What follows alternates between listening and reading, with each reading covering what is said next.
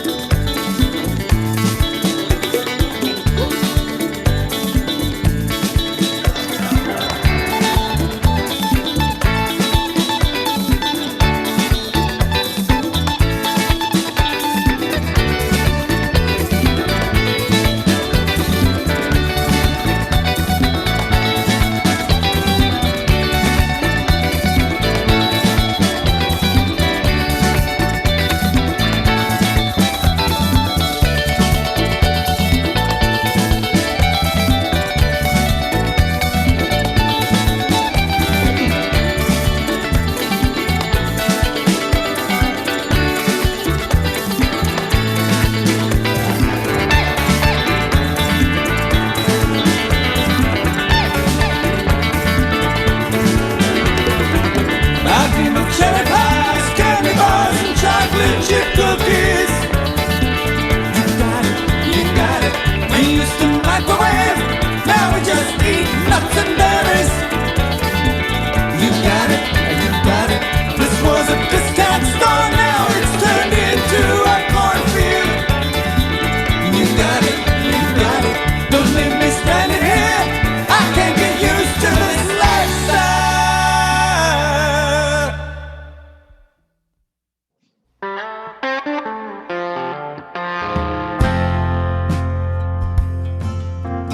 Full-time living on a half-time schedule, Always trying to make everybody feel special.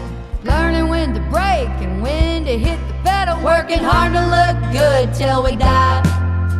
A critical reason there's a population raising eyebrows in a new generation. Rosie the Riveter with renovations, and always gets better with wine. Redesigning women, running the world while we're cleaning up the kitchen, making bank, shaking hands, driving 80, trying to get home just to feed the baby, skipping the bread for the butter, changing our minds like we change our hair color.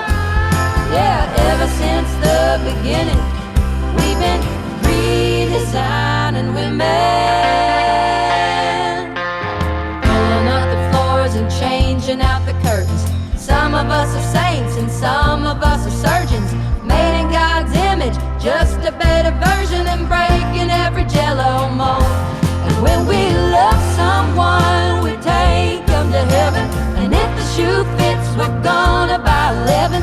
How we get it done, we like to keep them guessing, but secretly we all know we're redesigning women, running the world while we're cleaning up the kitchen, making bank, shaking hands, driving 80, trying to get home just to feed the baby, skipping the bread for the butter, changing our minds like we change our hair color.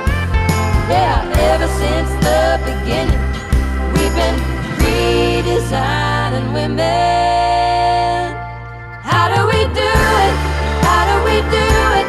Make it up as we go along. How do we do it? How do we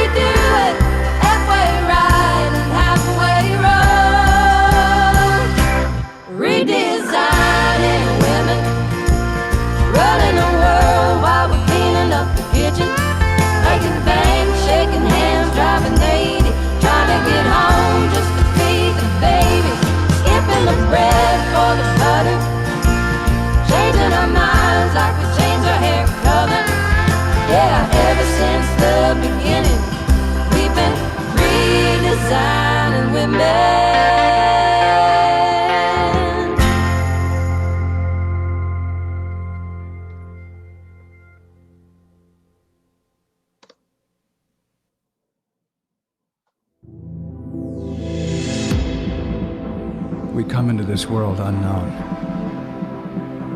but know that we are not alone. They try to knock us down, but change is coming. It's our time now. Hey, everybody loses it. Everybody wants to throw it all away sometimes. And hey, yeah, I know what you're going through. Don't let it get the best of you. You'll make it out alive. Oh, people like us, we gotta stick together. Keep your head up, nothing lasts forever. Here's to the damned, to the lost and forgotten. It's hard to get high when you're living on the bottom. We are all misfits living in a world on fire. Sing it for the people like us, the people like us. Hey, this is not a funeral, it's a revolution after all. Your tears have turned into rage. Just wait, everything will be okay. Even when you're feeling like you're going down in flames. Oh, people like us, we gotta stick together. Keep your head up, nothing lasts forever. Here's to the damned, to the lost and forgotten. It's hard to get high when you're living on the bottom. We are all misfits living in a world on fire. Sing it for the people like us, the people like us. You just gotta turn it up loud when the flames get higher. Sing it for the people like us, the people like us. They can't do nothing to you, they can't do nothing to me. This is the life that we choose, this is the life that we lead. So throw your fists in the air, come out if you dare. Tonight we're gonna change forever. Everybody loses it. Everybody wants to throw it all away sometimes. Oh, people like us, we gotta stick together. Keep your head up, nothing lasts forever. Here's to the damned, to the lost and forgotten. It's hard to get high when you're living on the bottom. We are all misfits living in a world on fire. Sing it for the people like us, the people like us. You just gotta turn it up loud when the flames get higher.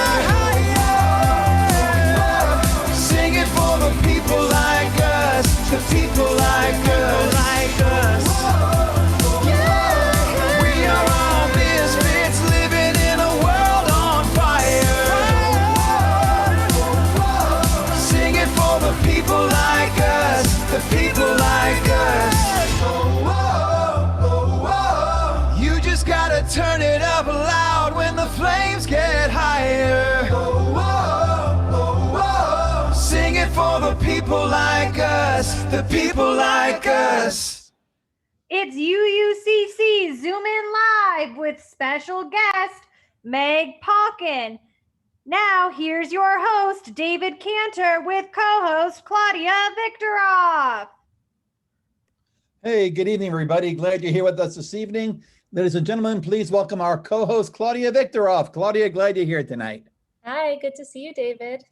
Good to see you too. So I hear this is really big news that's been floating around our congregation. And of course, I'm referring to the upcoming virtual game night. Do you want to share some info about that with everybody? I do, yes. Rumor has it there's another game night in the works. It's going to be on Saturday, June 19th from 7 to 9 p.m. We're going to be playing some Jeopardy. I think we're playing 2 Truths and a Lie, so we'll learn about our community a little bit. And we have had so much fun on the last 2 game nights, so we really hope that you join us. Thanks, Claudia. So I do want to observe that there actually is some pretty big news, right? So we all heard over the last few days that we actually have a ministerial candidate. And this candidate has been shrouded in mystery. The Search Task Force, of which, of course, our special guest tonight is a member, has been keeping things under very tight wraps. But fortunately for our viewership this evening, I have obtained a number of very, very revealing pictures of members of our Search Task Force and have used them for blackmail purposes. And therefore, we now have from the Search Task Force, rescuing his fellow task force members, Mike Miller, one of the co-chairs of the task force, with some information for us. So Mike Miller, you are on UUCC Zoom-In Live. What do you got for us? You didn't tell me about the pictures, David. No, but Jean knows about them. Ask her about them afterwards. Okay, yeah. So what somebody said, blackmail always works. You know, I used to work with the guy who said everybody has a price. You just can't afford mine. So yeah, I have this fresh, hot off the press thing that I'd like to read, if that's okay.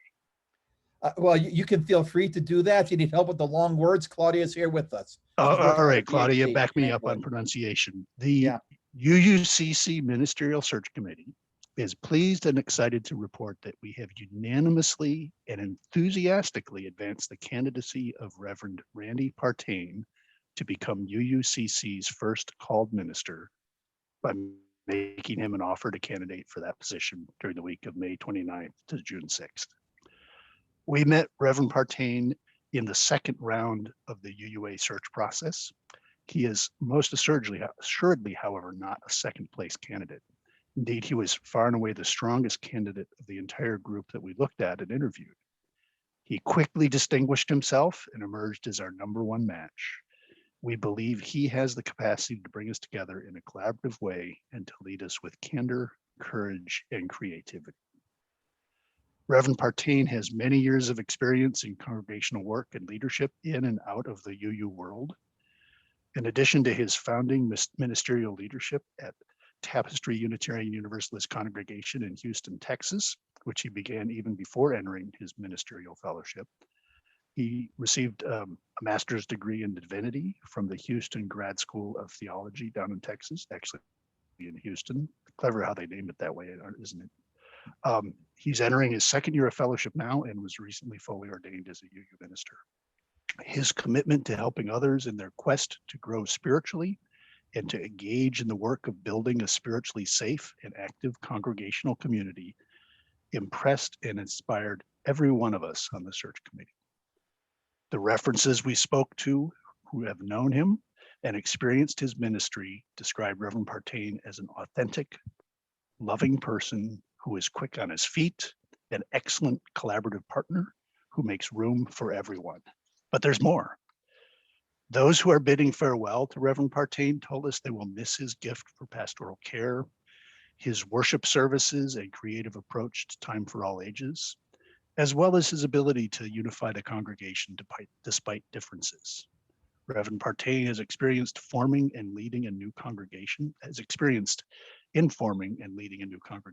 which in our view makes him a good fit, and a great match for UUCC.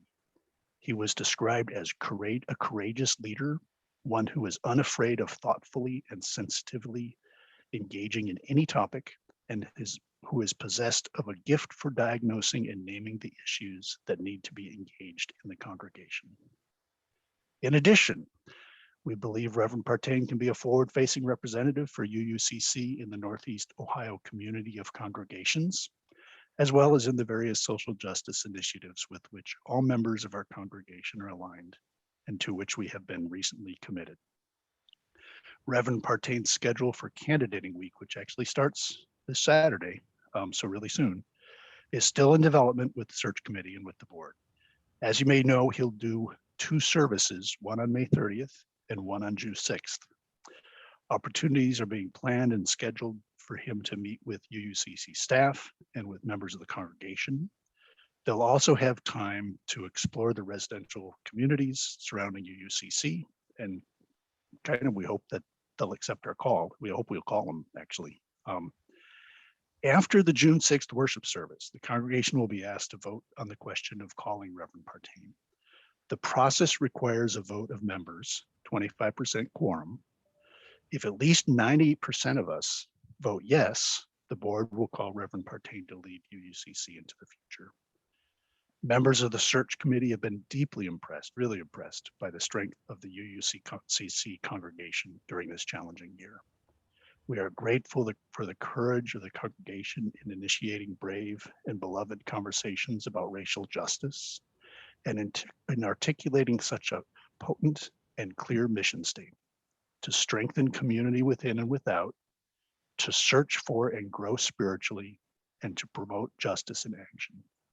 We are grateful for the banners that recently went back up in front of our church that announce our aspirations for this community, for our vision to be a large, vibrant spiritual community known for our warm welcome and fierce, compassionate commitment to justice, and for the strategic goal of visibility, community building, and intersectional justice.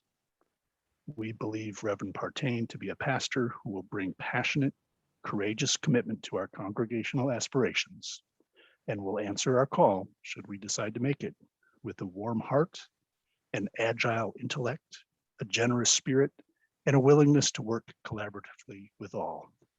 In fellowship, the UUCC Search Committee, which is Amy Collins, Dawn Arrington, Lori Albright, Lou Salza, Mark Weber, Meg Pauken, and me, Mike Miller. That's all. Yeah, that's all the time we have for tonight's show. So thanks, Mike, for that very brief check your announcement emails. That should be going out almost simultaneously in your emails. That's incredible. I feel so happy to hear all of that news and all of those lovely personal endorsements. Wow, you heard it here first. Did we just break news, David? Yes. So for those of you in UUCC who have said, that our show certainly has, obviously, aside from Claudia and Will and Jack Goldman, has been light on entertainment and certainly has had no information, you can now say to everybody else that yes, UUCC Zoom-In Live has now entered the serious news business, and we have actually broken a scoop this evening, everybody. That's right, Claudia, we are right there. You heard it here. We should have like a tone for when we break news now, like a do-do-do or something like that. If you can believe it, though, because it was blackmail, so I don't know.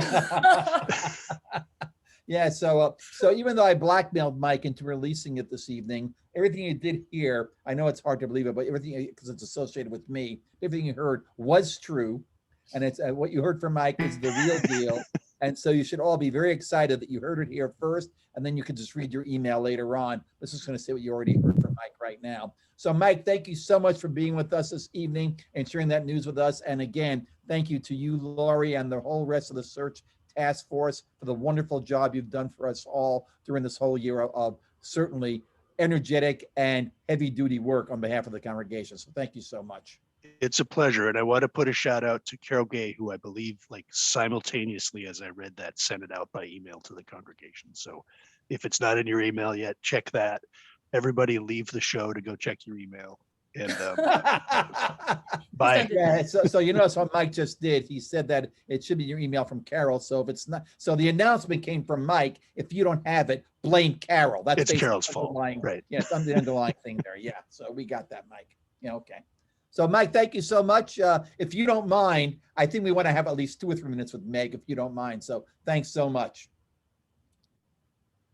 So just to remind you, if you have not yet announced yourself, please use the chat function at the bottom of your screen to announce yourself, and make sure you send it to everybody and not just the panelists, okay? Because we want your fellow congregants to know that you are here. And if you've been with us before, we're so grateful for you to coming back. And if you have not, if this is your first time, we're glad you're here. And we hope that coming to the show every few Mondays becomes a part of your routine. And of course, as always, keep telling your UUCC friends that we are an incredible show that breaks news.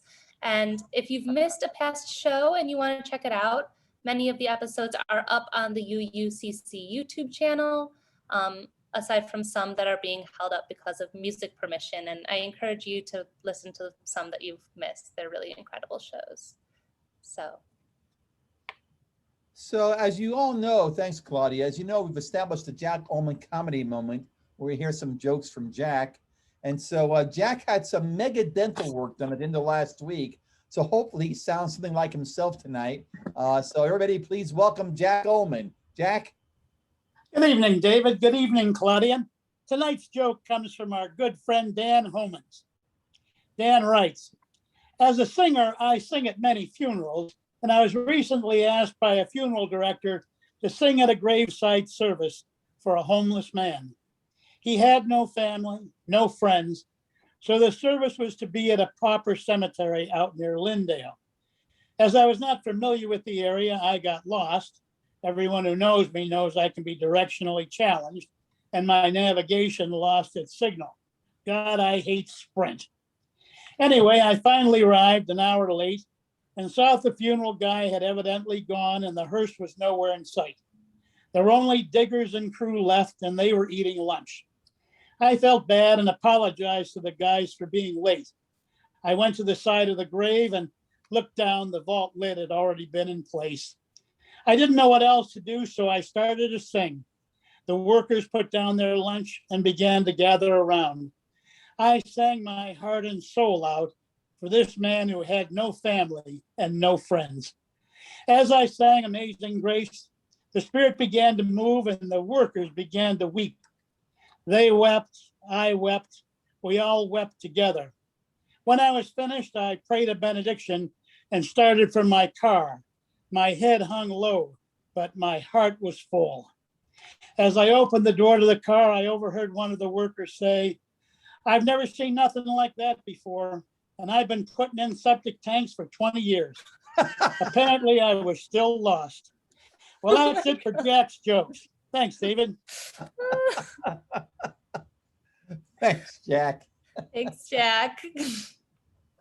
Well, everybody, our special guest tonight is Meg Pauken, who has had an illustrious experience as a leader at both First U and UUCC.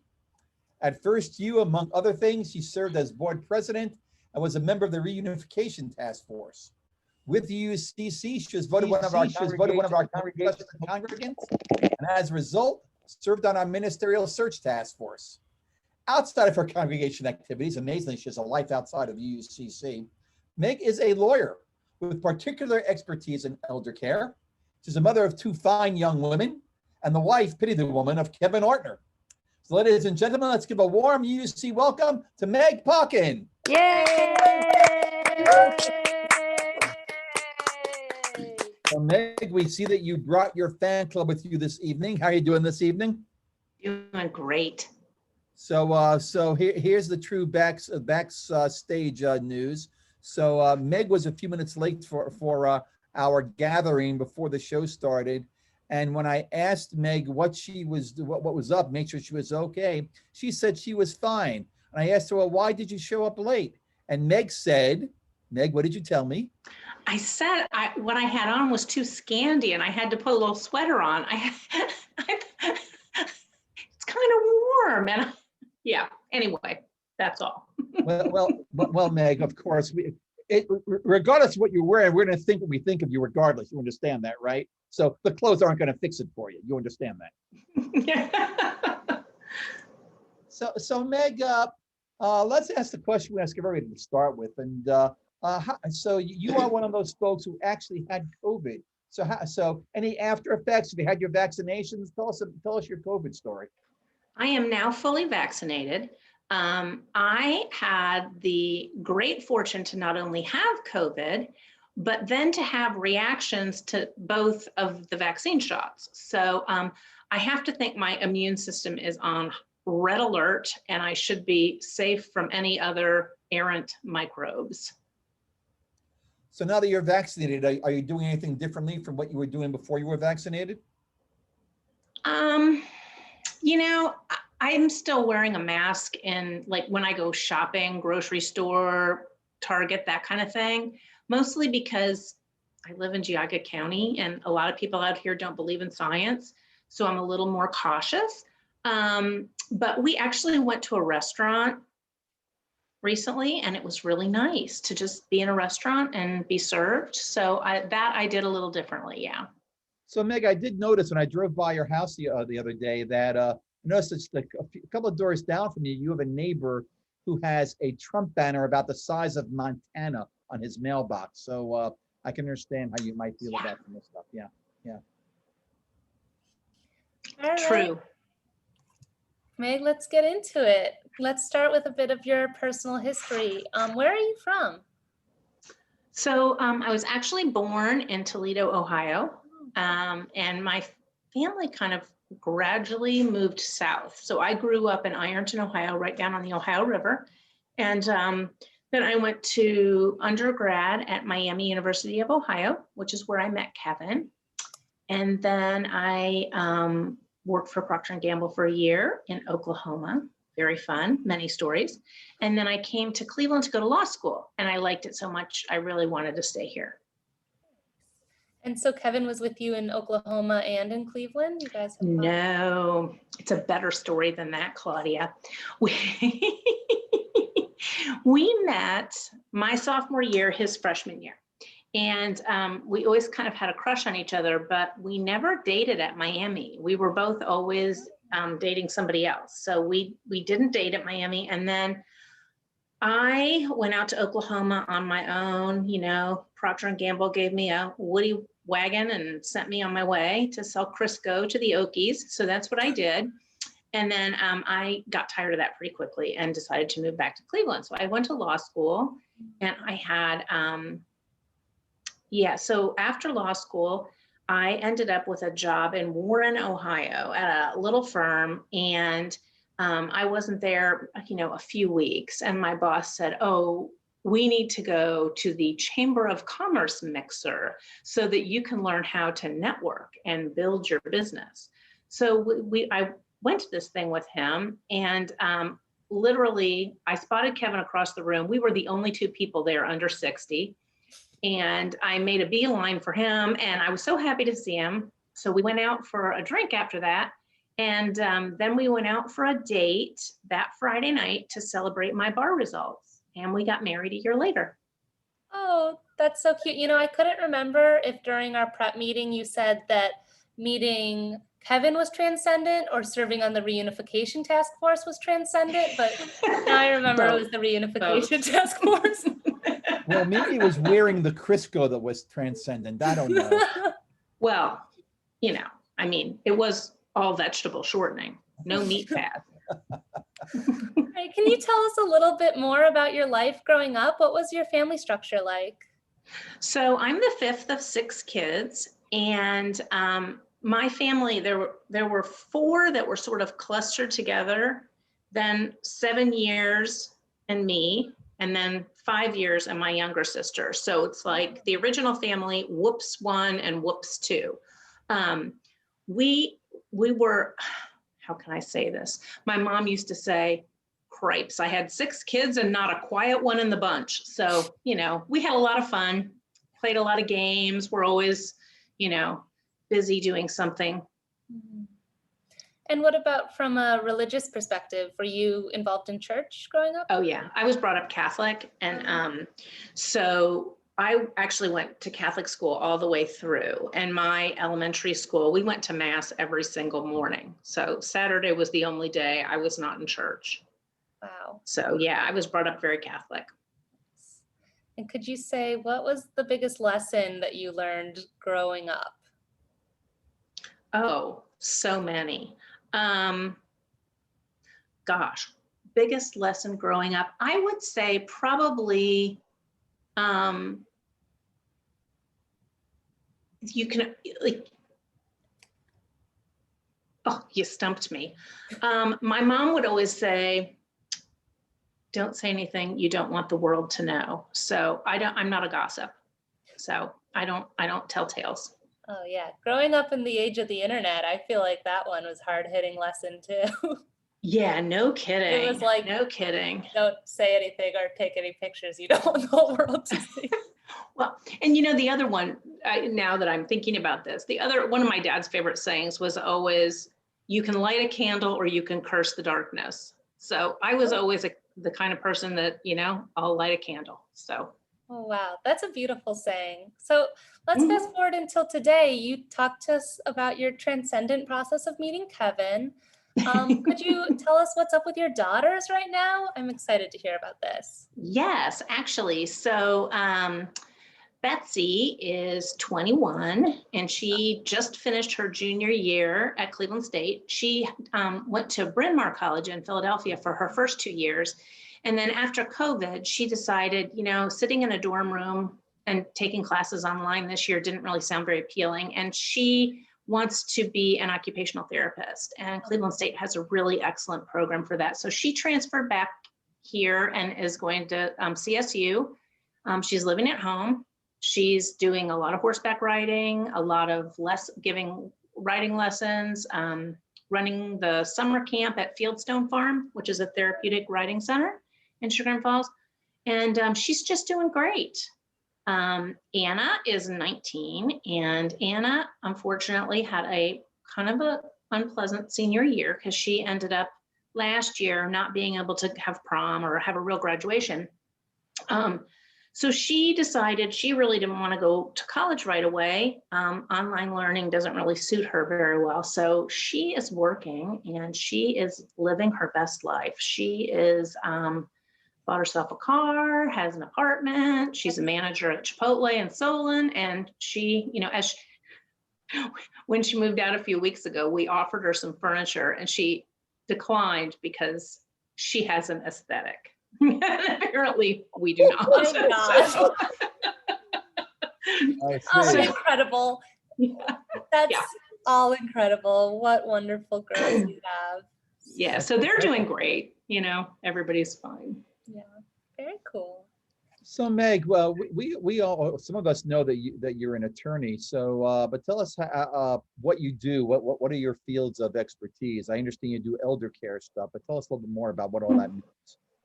Yeah, so I do elder law and estate planning and special needs planning predominantly. So elder law and special needs planning are kind of subspecialties within estate planning, dealing specifically with asset protection and helping people qualify for different kinds of benefits that they may be entitled to. So I do a lot of planning with families of all ages.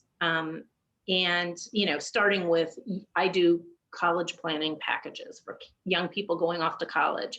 What sorts of documents should you have, powers of attorney, that kind of thing. I do work with young families. I have a special place in my heart for older people. So I really like doing the elder law and also the special needs planning. So. See, Claudia, that's why she likes me more than she likes you, because this elder stuff. So, Meg, were you planning on this, or did you kind of just fall into this kind of work? I had actually been planning on it. When I was early in my career, I was a litigator and I loved being in the courtroom. It was fun and it was exciting, but it was really demanding. And once I had kids, it became much more demanding because you don't have a lot of control over your own schedule. Yeah. And I had thought that I wanted to begin to do estate planning, but it was hard to make that shift while I was still in practice. And I left my litigation practice and was an in-house attorney for a few years. And then I was taking a break from practicing law. And some of you know, my parents were ill at the same time.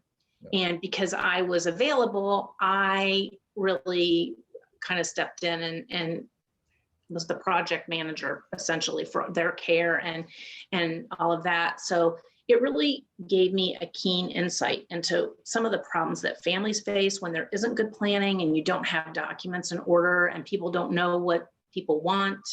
And so after I took a little more time off and took care of the girls, when I came back to practice, that's what I decided I wanted to focus on. So I did a little re-education and dived right into that. So what's the best thing about your work life? Oh, my boss is fabulous. She is the nicest person. And For I those of you who really don't know, like. Meg is self-employed, so she's talking about Meg, the boss. Well, she has a better boss than I do because I'm self-employed also, and my boss is a total jerk, but never mind. I've heard that. Yeah, it's No, true. you know what? I really like the flexibility of being able to prioritize my work and take on the kinds of things I want to do and turn away those that aren't a good fit. That's a really nice thing. And the other thing that I really like about my work is I think I probably get the biggest charge out of just demystifying the whole process for people. So when I'm able to pick apart a trust and explain to people what this is and how it works and how their family will be able to use that trust to help them or how it will be interpreted later, it's just a really good feeling when you see the light bulb go off in your client's eyes and they get it and they understand what you've done. I tend to be a really practical person. And when I do estate planning, I'm looking at the documents as tools. You know, how can I help somebody with this document? Not just, you know, let's draft these fancy plans and put them in a binder on the shelf. So Meg, you know, when we were doing our prep work, you kind of alluded to both Claudia and our producer, Liz Cantor, about things that younger people ought to be keeping in mind. So since none of them are getting any younger, do you have any tips for them about things, legal documents that they'll be preparing at this stage of their lives? Yeah, actually, I do. One of the most important things you can have as a young adult is a financial power of attorney and a healthcare power of attorney. Those two documents are critical because, you know, it only takes one accident and you end up in the emergency room and someone has to be able to make decisions about your care. And if something happens to you and you're out of commission for a bit, you need someone to be able to make sure your bills get paid so your car doesn't get repossessed. So, you know, you don't lose your home. So those two tools, I think, are probably among the most important for young people. So Meg, let's move from this dry stuff and take you through the Colbert lightning round. So most of you who are regulars here know about this round. This is something that I saw on the Stephen Colbert late night show where he asked 15 questions of 3 big time celebrities, and with the allegation being that if you ask people those questions, you'll know everything you need to know about them. We're doing fewer questions than that. And I don't ask the same 9 every time because when we had Lori Albright on a couple of months ago, Lori owned up to the fact she had memorized the questions. So it's no longer a lightning round because she thought she'd be able to prepare the answers. And then we skunked her and changed the questions around. So Meg, these are your questions for tonight. And there's a lightning round. So let's just do it fast. Okay, Meg, so let's go. What's the best sandwich? The tomato and mozzarella with basil pesto. Very specific. Best concert you ever attended? Dixie Chicks. Dixie Chicks. I knew you were going to say that. Mine was a Stones concert way back when with Stevie Wonder leading off. The trait you most value in your friends? Honesty. Well, there go I. Apples or oranges? Apples. What do you think happens when we die? I think we decompose into the earth. Scariest animal? Tarantula. Ooh. Living person you most admire, aside from me, that is. Michelle Obama. Your favorite holiday? Halloween. Describe the rest of your life in 5 words. Great, big, traveling party. Excellent. Claudia, you're up. I add an extra word. An extra word, yeah, which is rare for a lawyer, I grant, but we'll stop you right there for now. Thanks. That was very succinct. It was good. All right, let's talk a Hold on, little. I need to have a drink. Nicely done. Good plug.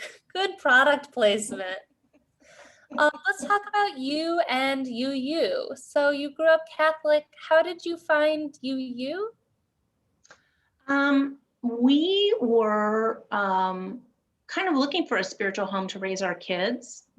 Kevin and I had gone to West Shore a few times when we were newly married, and it didn't stick. And after the girls were born, we started to go back to the Catholic Church, and then that's when there was a lot of breaking news about the priests molesting children. And our Catholic diocese did not respond to that in an appropriate way. And we just kind of left and never looked back. And I remember, that we had enjoyed the UU church, so we came to First. Oh, wow. And what about UU appeals to you? I think really it's the focus on how we can be better people and calling out the good in us instead of chastising and punishing the bad in us.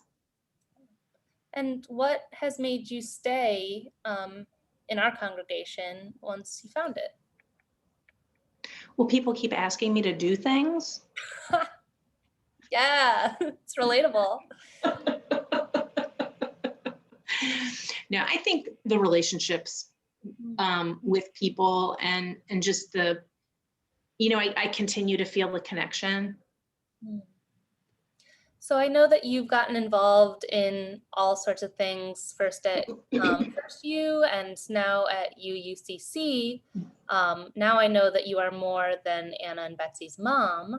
So can you tell us how you first got involved? Probably teaching Sunday school. I started teaching Sunday school when Betsy was in the preschool room. I think like the 4-year-old room. Oh, yeah. And I kind of would alternate between the two girls' classes all the way up through middle school. And I left them alone when they were in high school. And then I got involved in when we first started the Covenant Group program, the small group ministry, I was in one of those first batches of people that was trained to be a facilitator. And Natalie Wardega and the Toroks and Kevin and I and some other folks started a young families group. That was really a great group of people. So that was kind of, pretty early on.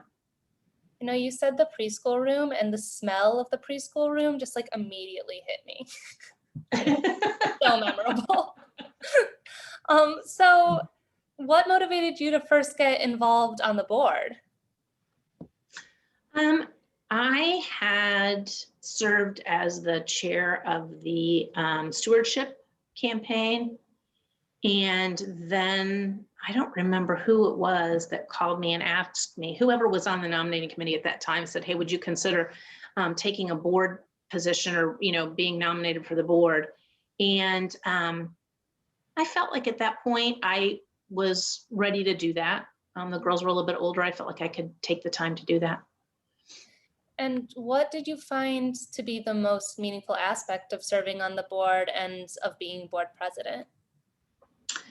I think that what I found was that even when there are difficult things to do and difficult decisions to make, and when the budget isn't balanced and people are stressed about that, I think that we can call ourselves to be our better selves in a group. And sometimes, every person brings something to the table and has a way of holding everyone accountable. Some people are very heart-centered, some people are very left brain centered, and some people are right brain centered. And so when you get that mix at the table, if you give everybody a voice, you end up with a solution that's much better than anybody could have come up with on their own. And sometimes it's arduous, it can take a lot of time to work through all that. But I feel like, there's this way of being together that makes a better result. That's really cool. Meg, your comment was very inclusive in general, but I feel like you left me out because you talked about people being left brain centered or right brain centered. You left out those of us who are self-centered, so I feel very hurt by that. But I'd like you to share with us your experience as a member of the reunification task force, and what that experience was like. What was the best part of it? Talk to us about that just for a little bit. That was a really intense 6-7 months of work, 7-8 months of work. We met weekly. We met, for hours at a time. It was an amazingly covenantal process. It just felt like such, I found it really to be, and this is where I use the word transcendent, because we were all working towards something new and something different and something nobody had ever done before. So we were all kind of stepping into the unknown. And it was one of the groups that I participated in where I can genuinely say that assume good intentions, which is in just about every covenant you'll see, was really taken seriously. And I really felt like everybody at that table had good intentions and we all wanted to see this come together. And so it was a really beautiful process. Yeah. So how did you feel about being voted one of the congregation's most trusted congregants? And so as a result of that, being asked to serve in the Ministerial Search Task Force? It was very humbling. I didn't expect it. And when you work in a profession that is one of the least trusted, you don't necessarily expect people to feel that way about you. I was really humbled, and I was really honored that's how people felt. So what surprised you most about your fellow task force members? I gotta tell you, this search team, and that's what you're referring to as the search team. Yeah. This has been such a great group of people to work with. I can't even, you would dream to work on a committee, on a group that is this considerate and thoughtful and just willing to help. I had worked with Dawn Arrington on the reunification team, as well as Mark Weber. But I had never worked on a team with Lori Albright, surprisingly, for as long as we've both been around, or Lou Salza, or Amy Collins, or Mike Miller. And this whole group has just gelled and worked so well. And not that we always agree on things, when you're considering candidates and reading ministerial records, people have different things that pop out at them or things they think are strengths or weaknesses. And we've just been able to really work through that and discuss it in a genuinely respectful way. And it's really been a great experience. Arduous. I had no idea at the beginning how many hours this was going to take, but I can't imagine doing it with a team other than the group I've been with. Congratulations on successfully identifying a candidate. Yeah. I did want to, as you know, this is a hard-hitting news show here. And so one of the things I wanted to ask, was some of the back door news we got, I want to ask you about it. Is it true that Dawn Arrington was holding out for a candidate who could yodel? We have, part of our covenant is something called the Las Vegas rule, and what happens in the committee stays in the committee. So I'm afraid I cannot answer that, but I can, of course, plead the fifth. Last question before we go to break. So if you could have one superpower, Meg, what would it be? Oh, time travel. Absolutely time travel. Where do you want to go? Where don't I want to go? I want to go visit all kinds of places. I'm a little concerned about disease after this past year, but that having been said, I just want to go see all sorts of things in history. Thanks, Meg.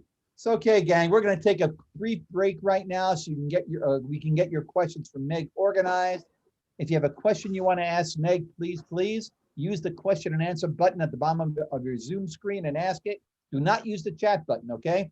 We'll get things organized for you to ask your questions when we return, but first, our mid-show break with the song I'm Every Woman by Shaka Khan. See you in a few.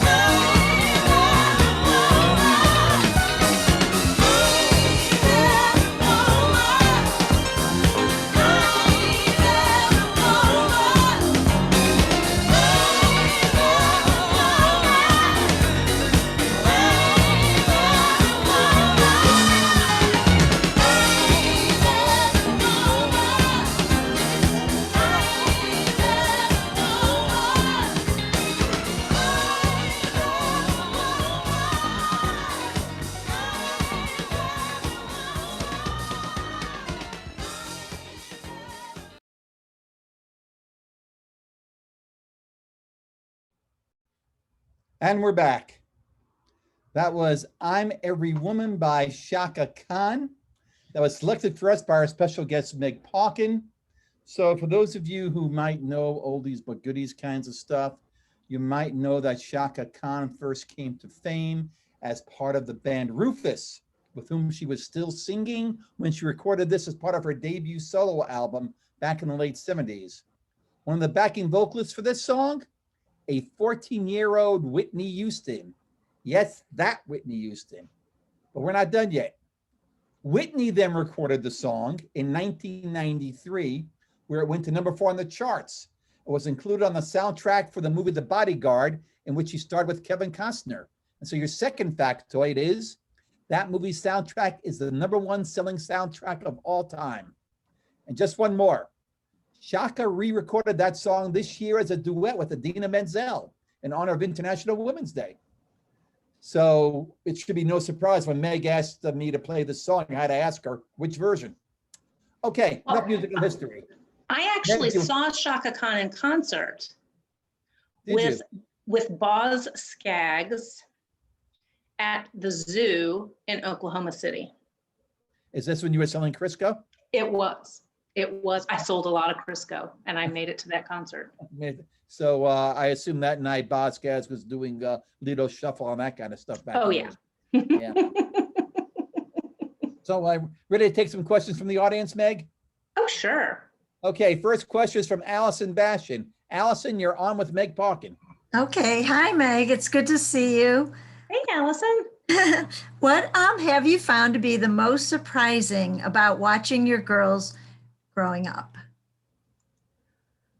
I think from an early age, they both had really distinct personalities. They're very different.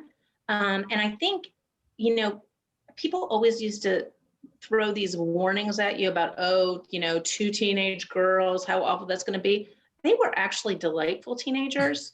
And I find that I just enjoy their personality so much. I really enjoy spending time with them. So nice. Thanks. I find delightful teenagers to be oftentimes being oxymoron, but never mind. Jack, thanks, Allison. Jack Ullman, you're on with Meg Pauken. What do you got for her tonight? Hey, Meg, Jack Ullman. Good hearing you tonight. I enjoyed your words. I have to ask you, with all the busyness in your life, a wife, a mother, a lawyer, whatever tempted you to write a novel, and whatever happened with the book you wrote? So the year that I turned 50, my motto for the year was, what would you do if you had no fear? And so I did all kinds of things. And one of the things that had always been on my list was to write a book. And so I took part in National Novel Writing Month. And I wrote a novel over the course of a month. And I have pulled it out and worked on revisions and then set it aside, and worked on revisions and set it aside. So I'm still kind of tinkering around with it. It's not very good. So I think I may just have to put that one in the drawer and start over with something new.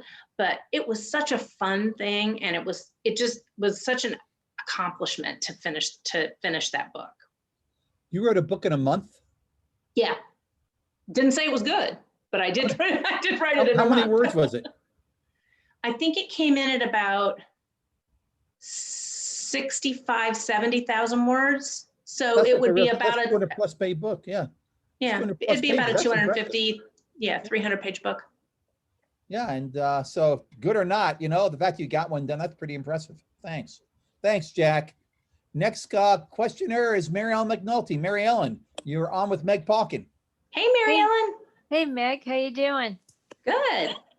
So now that we're getting our vaccines and the weather's getting nice and it looks like we can get out of our houses, do you guys have plans to start traveling anywhere or getting out? We do, actually. Kevin and I are having we're having a big anniversary this year, 30 years. Good deal. Wow. I know, child bride. And we're going to Greece in a couple weeks. Nice. So yeah, I'm really excited about it. For how long? 2 weeks. 2 weeks. Nice. Yeah. Nice. Enjoy. Thank you. I thought you might be traveling.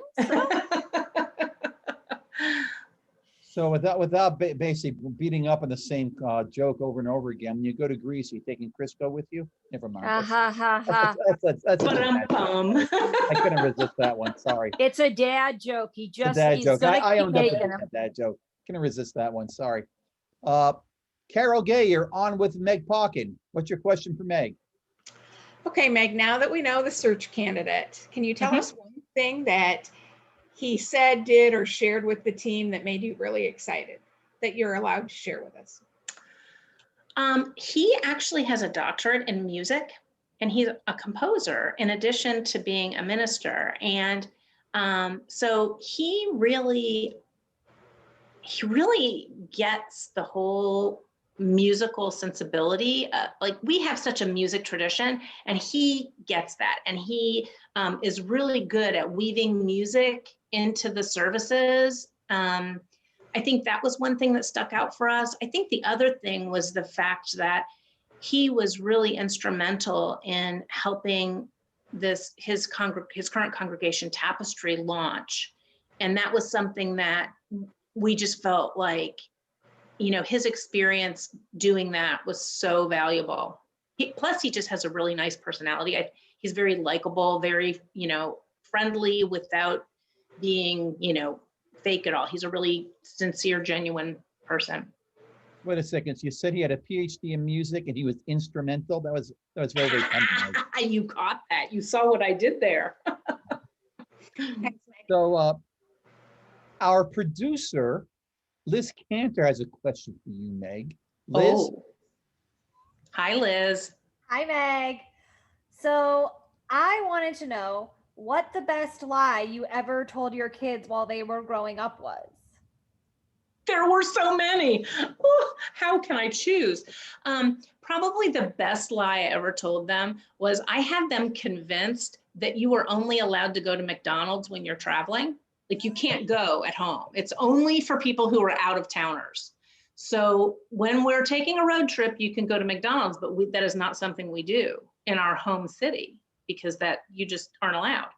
And that lasted until, I want to say Betsy was probably maybe 8.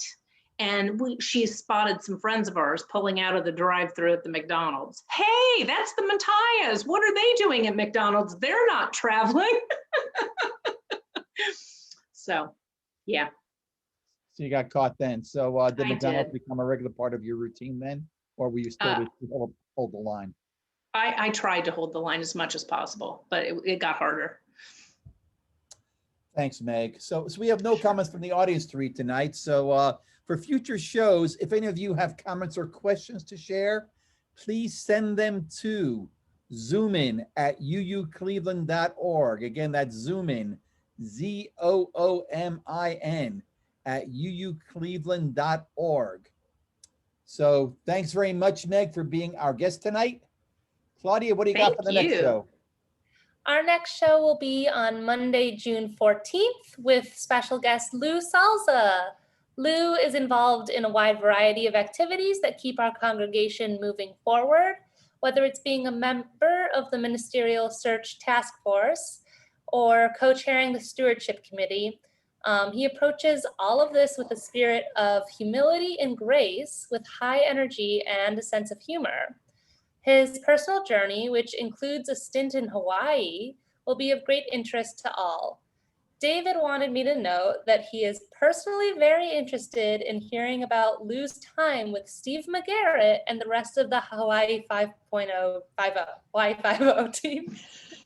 So join us in 2 weeks when David interviews Lou, helped along the way with co-host Will Barrett and Jack Ullman. Join them all on June 14th for our next episode of UUCC Zoom-In Live. Thanks, Claudia. Well, gang, we're running out of shows, so let's give a major league round of applause to Liz Cantor, our producer.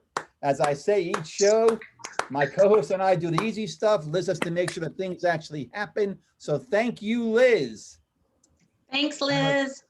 And a reminder, if you'd like to catch up with your fellow congregants after the show, just stay right here for a chance to chat with your fellow UUs. Liz will get you squared away following our wrap-up music. Speaking of which, we're going to leave you tonight with a rocking song by rocker Liz Thayer. The song is called Love Hate. It's really a fun song. We'll look forward to seeing you in 3 weeks on June 14th, the next episode of UUCC Zoom-In Live. Meg and Claudia, say goodnight to everybody. Good night. Good night, everybody.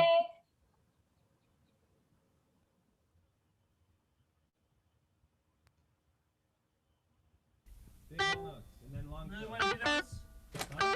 1, 2, 3.